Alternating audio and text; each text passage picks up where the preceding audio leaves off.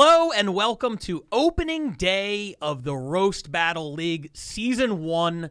We're officially underway with a new season of roasting. I am the RBL Commissioner, Pat Barker, riding solo today. My normal co-host, Sarah Keller, was unable to make it, but we have a lot to cover. We have battles to show you and a lot to explain. Extra cities. Since the last time we talked, a lot has happened. Let's just get into it. So the idea of a season is something that we toyed with last year. We had standings, but we weren't able to sort of lock it in. We had 7 cities, which was a weird number. This year, we are going for it. We're making something very cool, and it officially launched on March 1st. That was the opening day. You're going to see footage from opening day today. Season is going to run from March 1st to November 1st as 12 cities around the world compete for roasting supremacy. Everybody wants to show they're the best roasting city on the planet, and we have the 12 here to compete. Now, unlike last year where everybody was sort of bunched into one division, we're breaking it up. We have the U.S., and we have the international division. In the United States, of course, Los Angeles, New York, Chicago, Austin, the Bay Area, and our newest addition, Denver. In the international side, we have original cities London and Tokyo.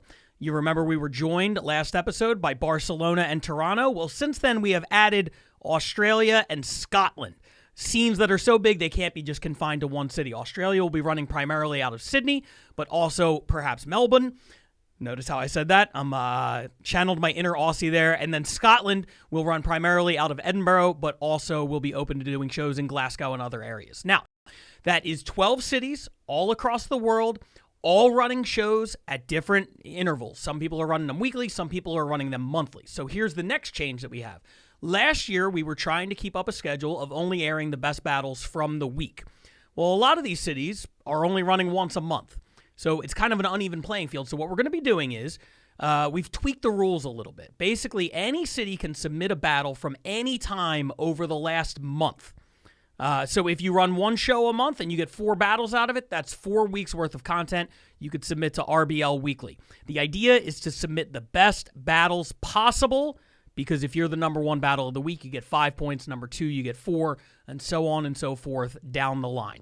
The idea is to crown a champion, and the way we're going to do that, first and foremost, is from now until November 1st, when the regular season ends, we'll be tallying the points. The top 2 cities in each of the divisions, U.S. and international, will move on to the playoffs. More on the playoffs coming at a later date, but for now, that is the goal for all 12 cities to make the playoffs. We're going to be watching a bunch of battles. We're going to be talking a lot about some of the news and notes from around the league. A little bit less breakdown of the battles we're watching this week. I don't want to do that without Sarah by my side, but there's a lot to cover, a lot to get to in all 12 cities.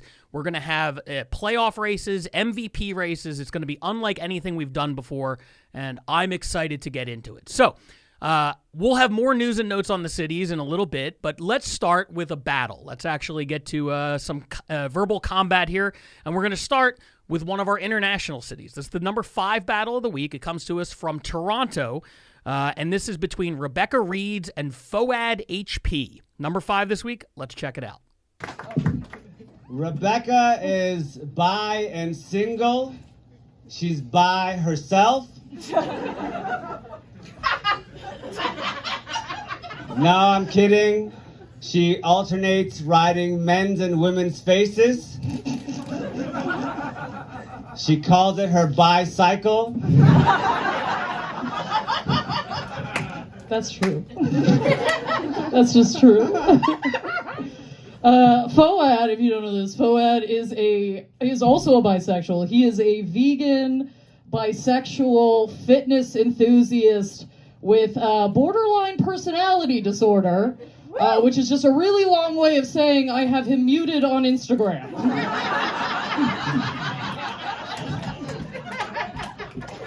That's hilarious.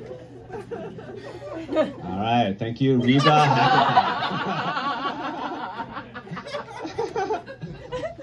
Rebecca is from a small town and diagnosed with anxiety. Her biggest trigger is black people. But only when she's not allowed to touch their hair.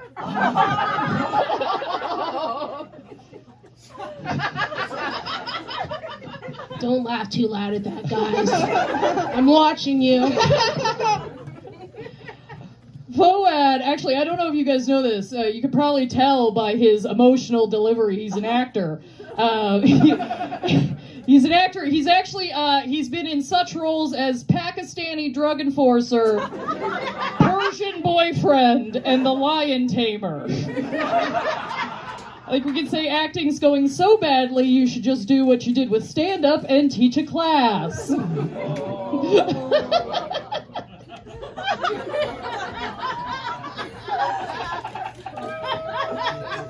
Yeah, casting is racist.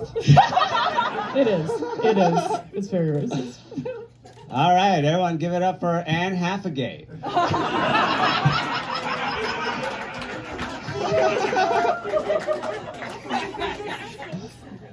Thank you. Yeah, it's yours. You're welcome. Rebecca is a Hebrew name that means captivating, which is fitting because everyone she's dated has felt trapped. Okay, so I don't know if you guys know this, but last year Canada actually lifted the ban on gay people being able to donate blood, except if you have this mustache. They will turn you away. They will send you from the door. I don't know if anybody's told you this, Foad, but you have resting AIDS face.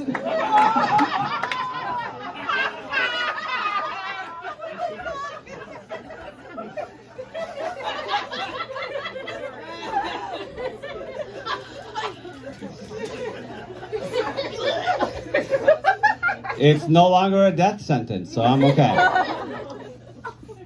Rebecca Reeds is actually her stage name. Rebecca's real name is Rebecca Reeds at a 3rd grade level. And she can't even spell Reeds right. Oh, okay. Okay, so I want to be clear, all right? I did not bring this up on my own volition. We both wrote, okay, so Foad and I both wrote a little list before we did this of things we could talk about, okay? And Foad mentioned... Well, I need a disclaimer on this, all right? So he said his last 2 things on the list were he lost his virginity at 26 with adult braces, and that he was molested as a child. Congratulations, Foad. You're the only person that's ever been groomed as a child and an adult. Also, you're probably way hotter as a kid, I'm sorry to tell you. Oh, you're not gonna like the next one. Fucking buckle up, bud.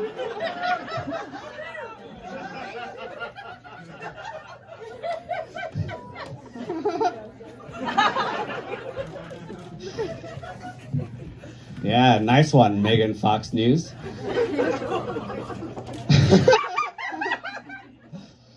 Rebecca likes to cook for her gay friends. That's why they call her the bottom feeder.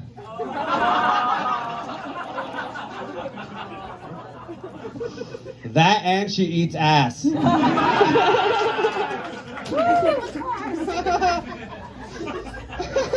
Okay. This is our last joke, right? Are we right? Yeah, this is our last joke. I just Okay. did mine, yeah. All right. Fuck. All right. This is the worst thing I've ever said on stage, and I'm sorry. Do you guys want to know why Foad's a vegan? Why? Because he had so much meat shoved down his throat as a kid.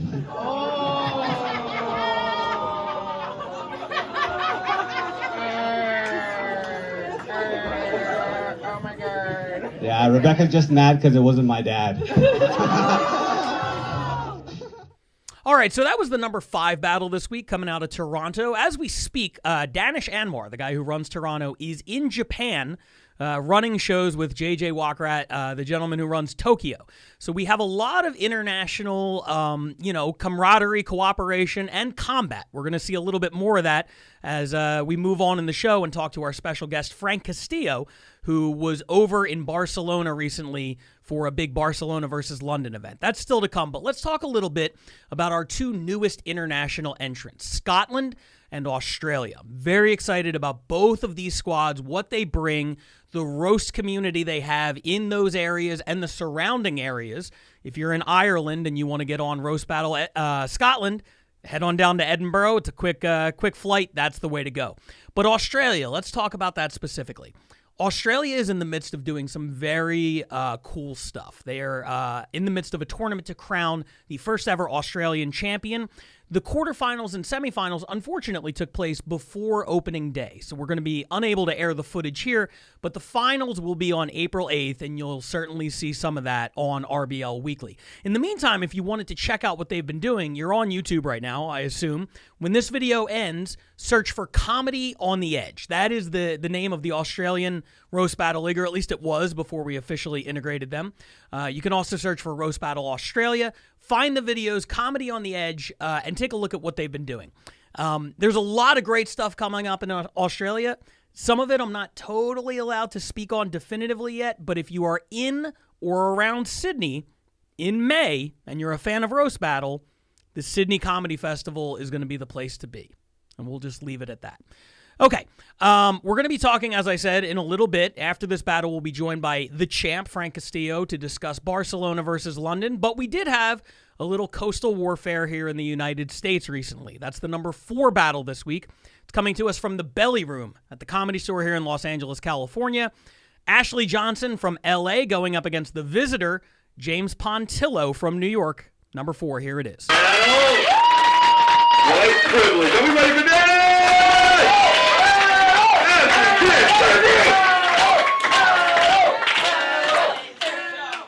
First, I want to thank James for coming out of the closet to be here. James, you look like a substitute child molester.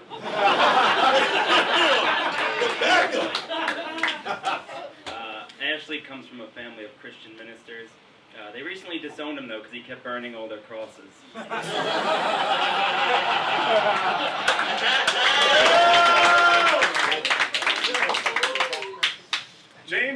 James Priest actually is the one that diagnosed him with autism. He could tell when he wouldn't make eye contact during the blowjob.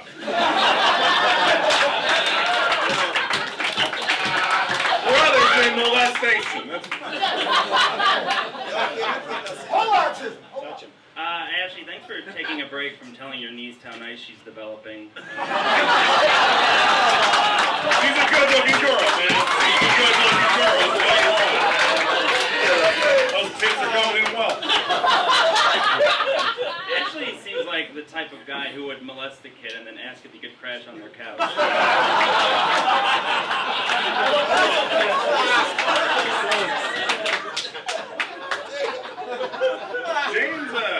James' best friend jerked off in front of him when he was 12 years old, and they're still friends.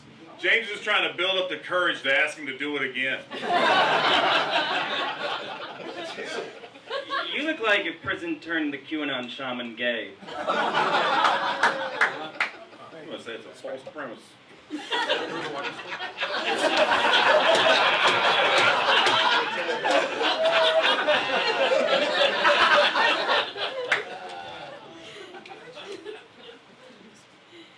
Oh, James looks like he can't come unless he's watching Blue's Clues.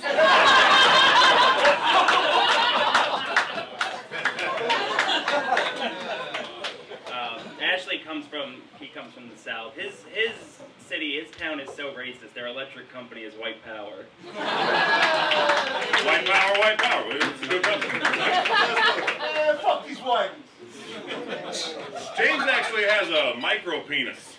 His dick is so small and childlike his priest is still asking for pictures of it.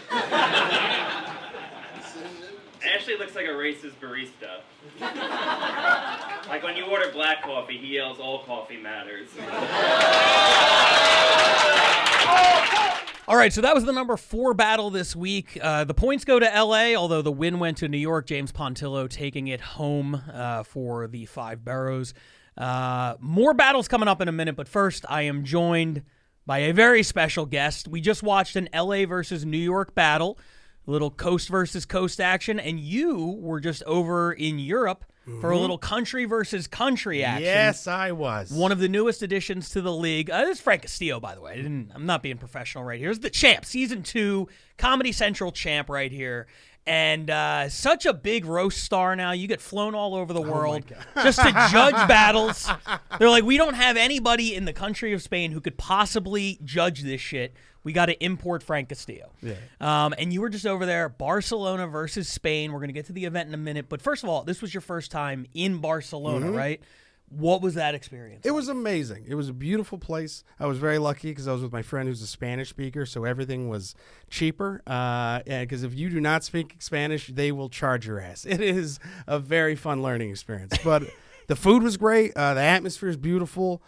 People just start singing. The music, the art, like everything was amazing. It was like truly one of the best places I've ever been. Can you run that? People just start singing? Yeah. What does that mean? So like they'll have just musicians that start playing. Like, you know how we like old school buskers and stuff? Like, yeah. Like, you know how we have shitty musicians here on Hollywood Boulevard? Well, imagine if all those guys were like good and classically trained. It was fucking sick. Like, there'll just be a person with a cello in the middle of a fucking courtyard, like just singing, and like all the, big cathedrals, like their voice just reverberates off of everything. So it's like so beautiful. And there's also like, it was wild to walk around because there'd be certain points where you'd stop and you'd like be talking and you could feel your voice just echo. And like just the way everything's built, it's like acoustically sound. It was really, really fucking bananas. That's awesome. Yeah. And you did stand up out there too. Yes, I did. The stand up was a lot of fun. Everyone's got a good sense of humor. I noticed that when you go out of the States to do stand up, in certain places they are definitely a lot more where it's like, oh, that's funny, but not that we can't joke about it, but it's like everyone's sensibilities are way different. Sure. And it's very interesting to see and have to like navigate that on a grander scale. Because we have to do that here in the States, and you're like, oh, people from Idaho are like this, people from Texas, you know what I mean? These fucking liberals, conservatives. But it's different when you're on a grander scale and like, and I don't want to be like history is involved, but it's like, yeah, you're playing on a world stage. You know what I mean? And I would imagine there's also something like you're playing a road game. Yeah. Right? Like if you do a set in LA and the crowd is sensitive, you can be like, fucking pussies. Yeah. And just shake it off. If you go out there, like, you can't really, I wouldn't think, criticize the crowd and be like, oh, you guys are acting like a bunch of bitches. Like, you're a visitor in their house. Yeah. I guess you have to figure out how to, like, tailor your set a little bit to make it more, palatable. See, that's the thing is there was a point where I was like, because I bombed the first night, and I was like, all right, am I gonna have to like water myself down to them? And then there was a point where I was like, maybe, and then I was like, fuck it, and then I was just like, fuck it, what am I gonna not be American about this? No, they're gonna like me whether they like it or not. Hilarious. And then I just had to figure out how to be not more digestible or palatable, but to figure out how to do me still, but for them to still understand that I'm just, you know what I mean? Like, I'm just being me. Yeah. Like, I'm still just kidding. Yeah. Yeah. I love that I was like, well, I guess you can't go over there and be like, fuck them, I'm an American. You're like, no, that's actually exactly what I did. I was like, nah, I'm just and gonna, it works. Yeah, and it did. They were like, oh, okay, there we go. Hilarious. Now, part of that is like edgy sort of content and everything like that, right? Yeah. Which brings us to the roast battle. This is something they've been doing in Barcelona for a while. I've been watching their progress since before they were in the league. It seems like it's been, a couple growing pains along the way, and now I think that they're really starting to fire on all cylinders. Everything I heard from the Barcelona guys was this was their best event yet. Yep. Barcelona versus London, a lot of big names from London. What were your overall takeaways from the event? All right, so before I get into the battle themselves, I'll get into just the way the audience is and the way that they set up the event. They have a solid fan base now. Like, there was a sold-out ticket, so people start coming repeatedly now to these shows. And it's good to see where they've been 2 years from, because Tamer Katan was there with me. So he told me how it was 2 years ago when they were just starting. And then now, to see where they're at now, he said it's like light, and it's fucking light years ahead of itself. Yeah. And it's great to see, because the thing you worry about the audience is, that it's like, this is all jokes and we're having fun, but there's this still thing of like, ooh, that's mean, whereas like here, we love that shit. We love that blood in the water because we're disgusting Americans. And over there, it's kind of like, oh, why? How would you? What? Like kind of.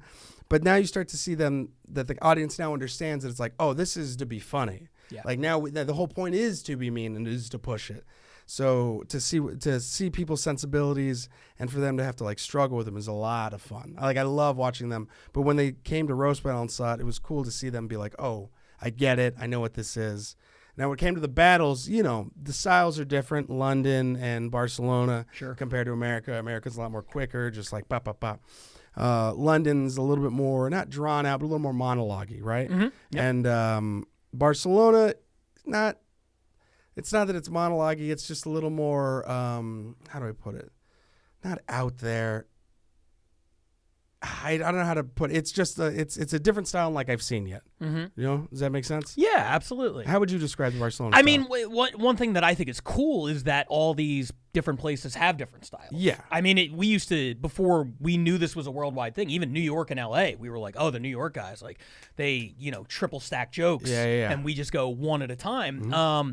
The Barcelona stuff that I've seen, it's almost like they're figuring it out in real time. Yes. They're throwing a lot of shit at the wall and kind of figuring out what sticks and what doesn't. They're not really worried about. They're not concerned about. Like when I write, I'm so worried about like if I try to double tap a joke, like what if one part of it doesn't work and it takes away from the other half? But there it's just sort of like, hey, we're figuring this shit out, as we go. Yeah. So let's just throw some different things out there. I love it. And it works too because it was fun watching people's different styles. Because there's one girl who goes up and she was like, my opponent is not homeless, and it absolutely destroyed. Because you look at the guy and he looked homeless. It was just so spot on, and I was just like, oh, that's so interesting to see that kind of style. And that was just the first sentence, and then she went on to do more, and I was like, it was just very fun to watch. As far as the battles went, they were very neck and neck. Mm-hmm. I was very surprised. Everyone seemed to come out and really play. They everyone wanted to win, and it felt good. Like That's you could great. tell, it was like, oh, this is like it. Every battle was hard to judge. Mm-hmm. And I haven't felt like that in a while. Even in the belly room, some are just kind of like, oh, well, clear winner, blah, blah, blah. It's fun watching guys that are like still figuring it out, their own style, and this new, Barcelona league, because it's like, it's everything's still up for grabs. So like everyone's like hungry. And They're it's so good. so hungry, and just talking to those guys to be a part of the league is crazy to them. Yeah. And to go against, I mean, imagine for your very first league event, you invite your neighbors a couple hours away who have been roasting for years. Like London is by far, I feel like, our most established international city. Absolutely. And you're like, come on over and just bring your best. And by the way, they didn't bring over B-list London roasters. There were some top-tier London roasters making this trip, and from what I understand, they split the 4 battles. Yeah, man. That's it was very fucking, impressive. That's a tie, big win dog. for Barcelona. I straight up was like, that's insane. I was saying, even if it was like one side, I never like one-sided battles. Not one-sided battles. I never like it when one team wins more than the other because it's like, obviously it's fun, but when it's tied and there's contention, that means there's going to be a rematch. But it also shows that both scenes are growing. Because they're both like really fucking they want to win. Absolutely. Yeah. Now, one battle I did want to ask you about in particular, and I'm not going to get too much into the battles because we're going to be featuring footage from those battles, I'm sure, on future episodes over the next couple of weeks. But I heard one of the guys from London that was heading over is Ken Grinnell, the UK champion. We featured him a bunch on this show. He always kills it. He came out here last October and battled Derek Humphrey from New York, and he killed it there. I've never seen Ken Grinnell miss. And from what I understand, he missed. It was a huge miss. He missed. But it was one of those things where like I was watching it and it was a miss, but I knew why it was missing the whole time. Tell me why it was a miss. Well, so Ken usually battles dudes, right? And it's like what we saw in the belly room when you're a guy battling a girl. It's a different battle altogether because you also have to make sure it was like Jerron Horton. It was the same problem he had. One of the best writers, one of the funniest, but every time he went up, it almost seemed like he wasn't having fun. Yeah. And he almost seemed angry. Yeah. And it almost was kind of like people just didn't like him. They didn't become a fan of him. And it was the same thing with Ken, where he went up against this girl and she was great. She had great jokes, great stage presence. But Ken just off the bat, it seemed like he didn't want to be there. He was upset, blah, blah. But that's just how he is. That's his persona. You know what I mean? And then they started going back and forth, and the first joke he does, they kind of just immediately are like, oh, we don't like him. And then, you know. It's a brutal feeling. Yeah, I've been there. Terrible I've been feeling. there. It's not good. It's so bad. And then, you know, he has that throwaway line usually where he's just like, you know, well, this is how a battle works, you know, sweetheart, blah, blah, blah. And usually when it goes against guys, it works, it crushes. But I don't know if she had this plan, but the second he did it, she immediately had something for it. And she was just like, ugh, mansplaining already. And the crowd goes crazy. And then you're just like, oh, shit. Now you're hella under the gun. You got to go. You got to battle uphill fucking backwards now. And on the road. Yeah. So now every joke that he's doing, even if it's the best joke he's ever done, they just didn't give him anything. Yeah. Because they just like, we don't like you. Yeah. And then, so it was so fun. It sucked. And then anything she said was just also equally that much more elevated. Yeah. Because one, she was already riding the wave and she was doing great. And her jokes were not bad. They were like good, but because of the momentum, they were fucking even better. Reminds me a little bit of Frank Castillo versus Matthew Broussard. Oh, hilarious. All right, calm down. No, I'm saying, as you're talking, that was one of the best examples of a momentum battle ever. In season 2, when you guys battled on Comedy Central. That was the finals, right? Yeah. And you just kept building this momentum, this wave, and he was like slowly heading down, and he stumbled. He fumbled on a joke, and it was like, that was the moment we were all like, holy shit, Frank's going to do this thing. Because it felt like a pick six in football. Yeah. With an interception, and you're taking it to the house, and we're all like, oh my God. Like, that has to be what this felt like. Yeah. To, and I don't remember her name. I can't remember her name either. I believe it was Marnie? Yeah, it was Marnie. Marnie. She's from Texas, I think. So Marnie from Barcelona, you get a chance to battle the champ from the UK, obviously a non-title match, but that's a massive Absolutely. upset. And the other thing too was you could tell like she was definitely riding the wave because I could watch. I was behind them, so I was watching them. I could see her hand; it was like kind of shaking, and I was like, "Oh, that's that like adrenaline. I'm in front. Don't turn around. Like I gotta keep fucking. I gotta cross the tape. Yeah. Like if I look back, I might fuck this Foot up. on the gas, Yeah. eyes straight ahead. Absolutely. Yeah, dude. And you know, it sucked. And I voted for her, and I was like, she clearly won. I was like, but I'm explaining to everyone in this room what I saw and what just happened. Yeah. And that's what it was. It was just like he had a bad game. And it was like a QB when the quicksand comes, he's getting rushed. Sure. And then he pulled his, he's trying to like go through the jokes, make sure he's got the next one, blah, blah, blah. And it's just like, yeah, man, like that all, like that's what happens when you get shook. And we've all been there. Oh, God. I've been there Anybody who's many done times. more than one battle has probably had one where Absolutely. it did not go according Yeah. to plan. It's a terrible, terrible Oh, feeling. God, it's the worst feeling in the world. But the better feeling is when you turn it around, you get better and you learn. Yeah, absolutely. Well, dude, thank you for coming on and talking about pleasure. this. Really appreciate it. And a note out there to guy battlers, to men battlers, to male battlers. If you are a more aggressive sort of person by nature, figure out a way to soften that up. Make it look like you're having more fun, because anything that's perceived as aggressive towards women is probably not gonna hit. Well, and that's the tough thing because we've seen it hit. We've seen that work against people. I would say that's the minority of the time. But also it's really got to be, it's the way they look. Like, remember when Schmidt went against Madison Sinclair? Oh, yeah. Schmidt is a small, he's not a Ken or any of these bigger guys, right? Yeah. And it's almost like when your physical is not as big as this woman's, it's a lot easier for you to like, at that point you could swing a little harder. You know what I mean? But if you're just big and overbearing and the girl you're going against small, it's like, yeah, that dynamic's going to play a lot. So you got to like really figure it out. And it's another challenge of going against this kind of opponent, and it makes you have to operate and write at a higher level as a roast battle. Yeah, no, I completely agree with that. And the only battle that we will always, 100% of the time, see absolute viciousness from both sides is female versus female. That's or handicap versus handicap. The way it's always been. Well, I don't have a handicap versus handicap, but let's get into our number 3 battle this week. This is female versus female. This is from New York. This is a battler that we've seen on the show a lot versus one that I think is new. First time checking her out here. This is Gabby Jordan Brown versus Caroline Hines. Number 3. Here it is. All right, I'm really excited for this next one. Both these people are hilarious, guys. Make some noise for Caroline Haynes and Gabby Jordan Brown.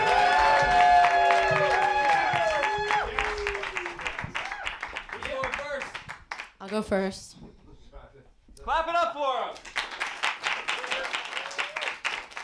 All right, let's make this quick. I'm pretty sure Gabby has a minivan double parked somewhere.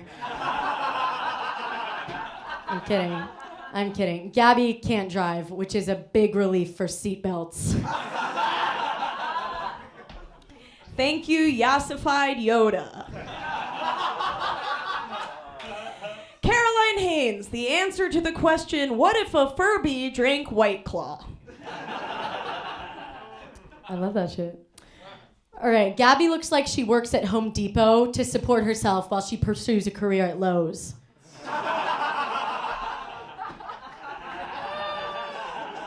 All right. Thanks for that. Refuses to eat, pray, love. Caroline and I are both part of the LGBT community. I am bisexual, the B, and she is the T, as in TJ Maxx Rewards member. Gabby told me she's a huge fan of the Yankees, which I don't believe. Gabby, I think you're a mildly obese fan of the Yankees. Yep. You know, I may be fat, but some of that weight comes from having an upper lip. Try it. All right. Caroline's straight, but she does watch a lot of lesbian porn because she can't believe women are allowed to interact outside the sorority. Yeah, Gabby, you actually look like the lesbians in the last lesbian porn I watched before I'm like, yeah, no, never mind, I'm straight. Caroline studied Spanish in college because she thought her diploma came with a sombrero. Every time she didn't know an answer, she'd raise her hand and say, "Is it cinco de drinko?" Last joke. Gabby says she's bisexual, and by that she means she's attracted to both Ben and Jerry. All right. You know what? We should wrap this up so Caroline can go back to being socially rejected by horse girls. Maybe niche. Caroline did pole vaulting in high school, which is what the football players called it when she let them do anal.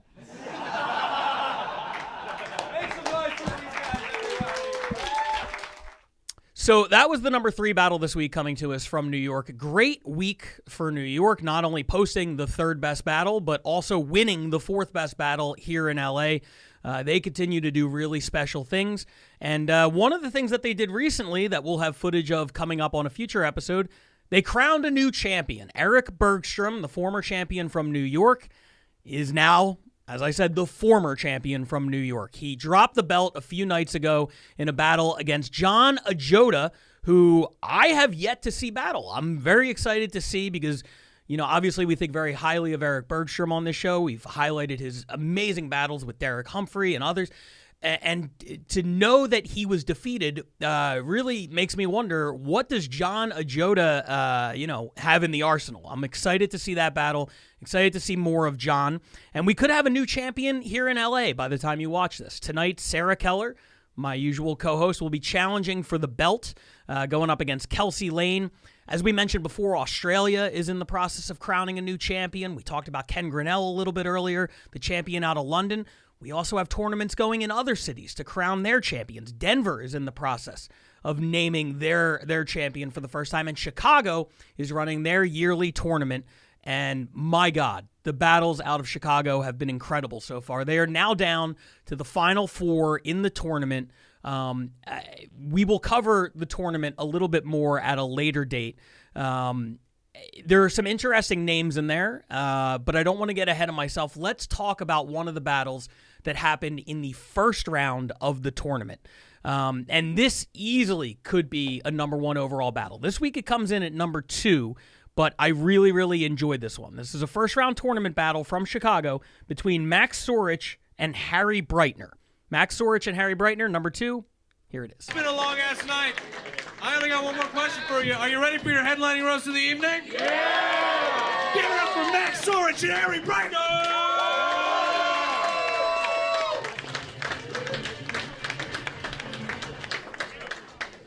All right, Max, I'm going to have you call it in the air. Tails. Heads it is. Harry, you're going first. You guys know the drill. It's 5 jokes each. Everybody, for the last time tonight. 1, 2, 3, roll! Max, you look like your girlfriend left you for a rival SoundCloud rapper. Harry looks like he writes and publishes a blog called I Hate Myself Because I'm a Man. That's only read by 7 lesbians that look just like him. If you think that was mean, wait till you see what this guy gets up to with Duke Lacrosse. Max was born 24 years ago when a mad scientist went to a Chainsmokers concert, collected everybody's DNA, and then tried to build the perfect fuckboy in a lab. His first words out of the test tube were, "Do you know who my father is?" Dude, he just called me perfect. That's gay. That's fucking gay.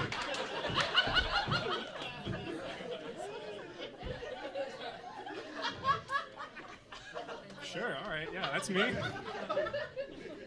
Yo, dude, Harry looks like Dobby if the sock was for jerking off.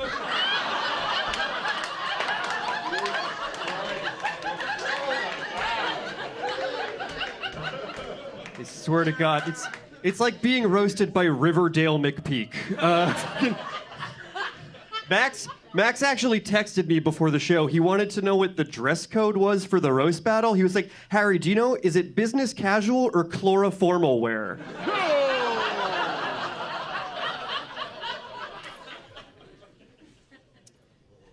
Harry looks like a child actor that 20 years later you look at and go, Hollywood is cruel.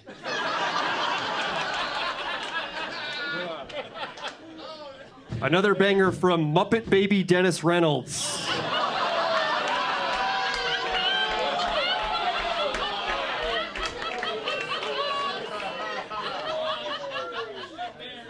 Max, you look like a hipster sorcerer who mystically stays young by vaping virgin's blood.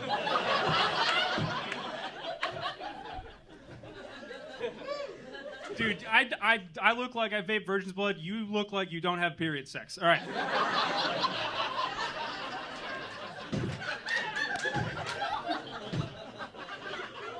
Just throw down a towel, pussy.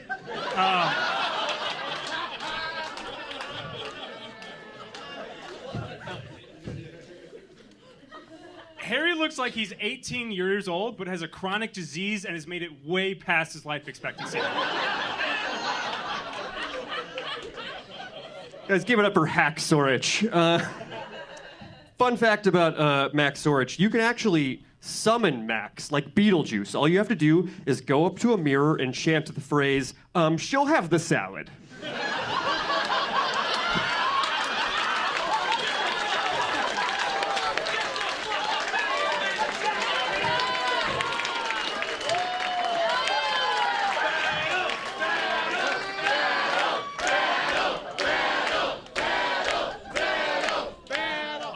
I'll say she'll have the salad. Harry looks like he's gonna serve it. All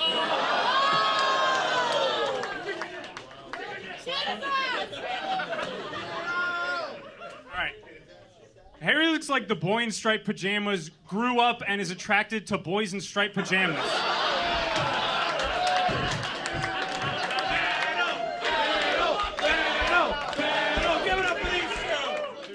So that was the number 2 battle this week. Chicago bringing the fire like always.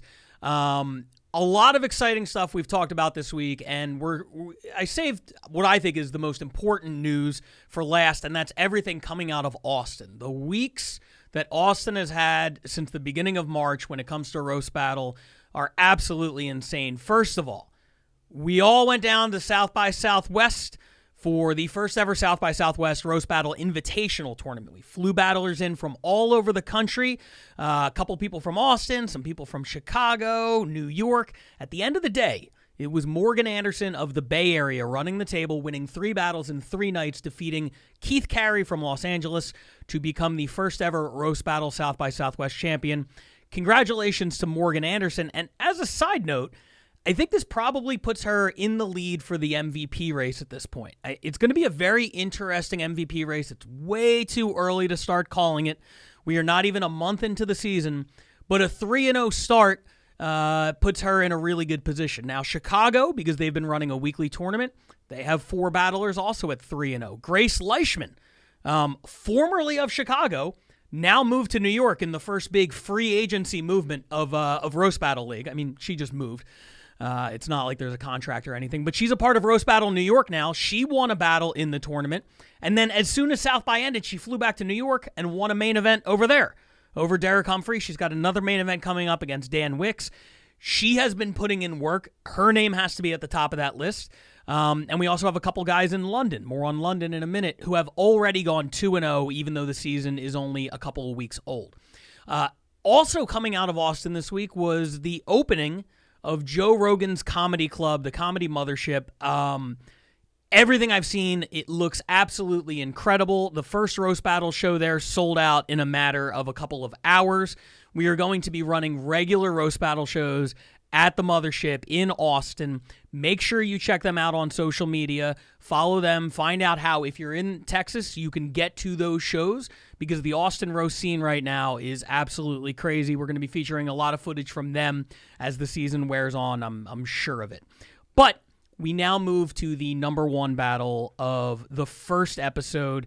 This is the first city that is going to lead their division by putting up 5 points, and it comes from our international division. I'm talking about London. London has put up a bunch of crazy battles already this year. We talked to Frank Castillo a little bit earlier about what they did versus Barcelona. But this is one that comes to us from England itself. This was one of my favorite battles I've ever seen out of there. And frankly, it's 2 battlers that I'm not that familiar with. And I was blown away by both of them. I thought it was an incredible battle. This is the number 1 battle this week, worth 5 points. This is Luke Hall versus Helen Kay from London. Check it out. Now raise it up like the Spartan phalanx charging the battle horde, and now like Vikings charging the gates of Valhalla. It's your final battle, Luke Hall versus Helen Kay!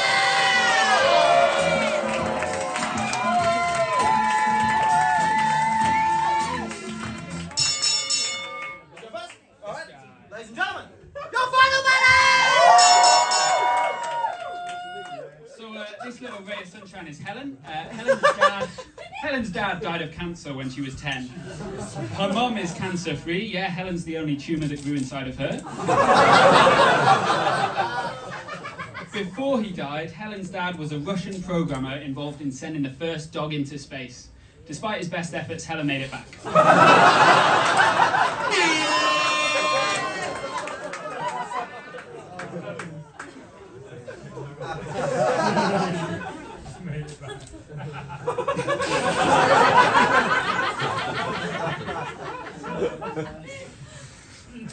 So this is Luke Hall. Luke, you can't tell, but Luke really struggled growing up, which is why he stopped at 5'6".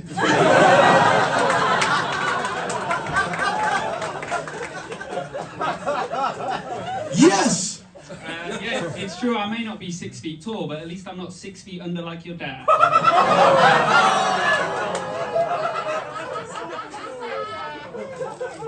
When you are, there will be like a higher distance from the ground than you are right now. I'm not sure that's how height works. How would you know how high it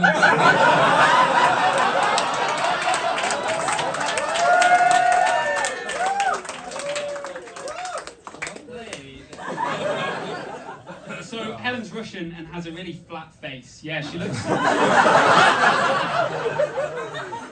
like she ran into the Iron Curtain. You know what, that's probably not fair, because she actually looks alright for someone that grew up downwind from Chernobyl.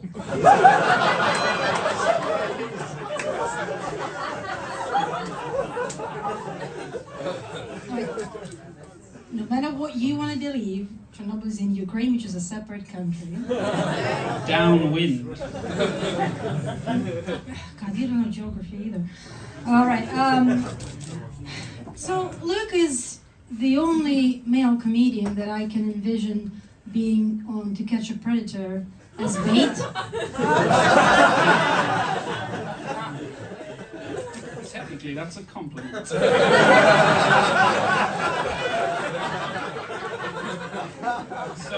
Helen thinks she's disliked on the comedy circuit, which isn't true. She's fucking hated.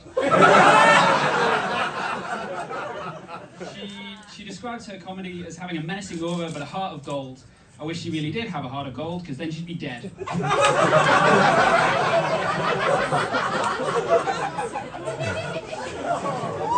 Yeah, and whoever I donated to gets to go to Willy Wonka's chocolate factory. I think so. So, actually, Luke and I have something in common, other than our height. We both have suffered from eating disorders. So, when Luke was 16, he got anorexia and bulimia. So that happens if you restrict your food, and then just suddenly just start eating everything. But in my case, I shouldn't have done a restrictive diet, and in your case, your mother should have stopped breastfeeding sooner. Yeah, I had bulimia, which means my teen years had more gags than your comedy.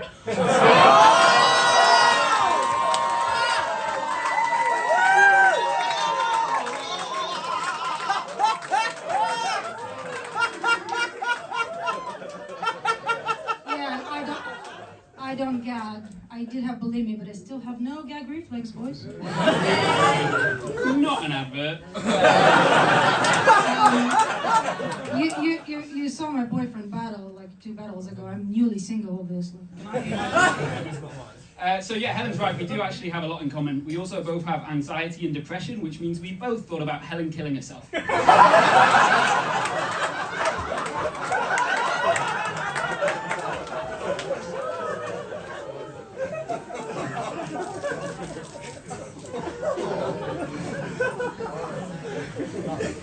Yeah. So, Luke used to have a speech impediment. He couldn't pronounce letters S and F, and instead would say the letter H. So to this day, he claims that what he was saying was Seil Fiddler.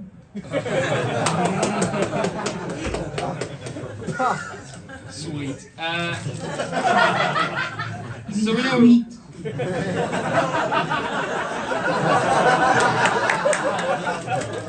So we know Helen's Russian. She puts the cow in Moscow. But she also has thrush, so she's less beast from the east, more yeast from the east.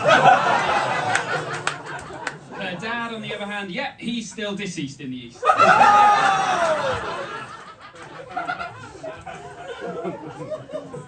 He's punny and puny.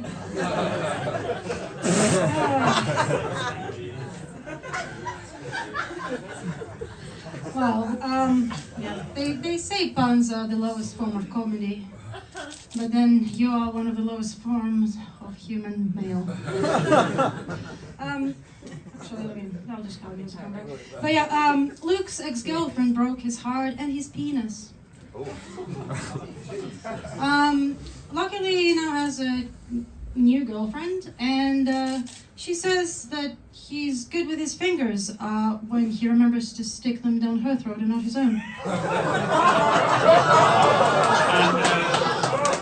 And, we saw how good your boyfriend was with his fingers as well, didn't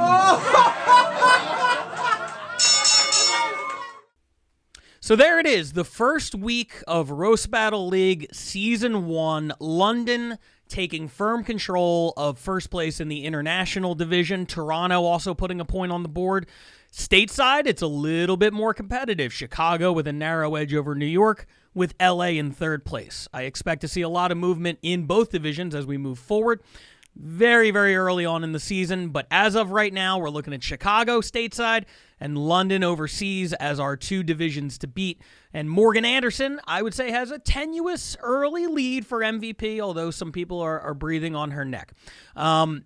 Great first week to get it started. We have more coming up. If you're in the Los Angeles area and you're watching this before March 23rd, get down to Culver City. That's the next Jam in the Van event. The clips from the Jam in the Van events have been going nuts online. Appreciate everybody who's watched those. By the way, speaking of videos, sidebar, make sure you check out everything we've been doing on the Roast Battle YouTube.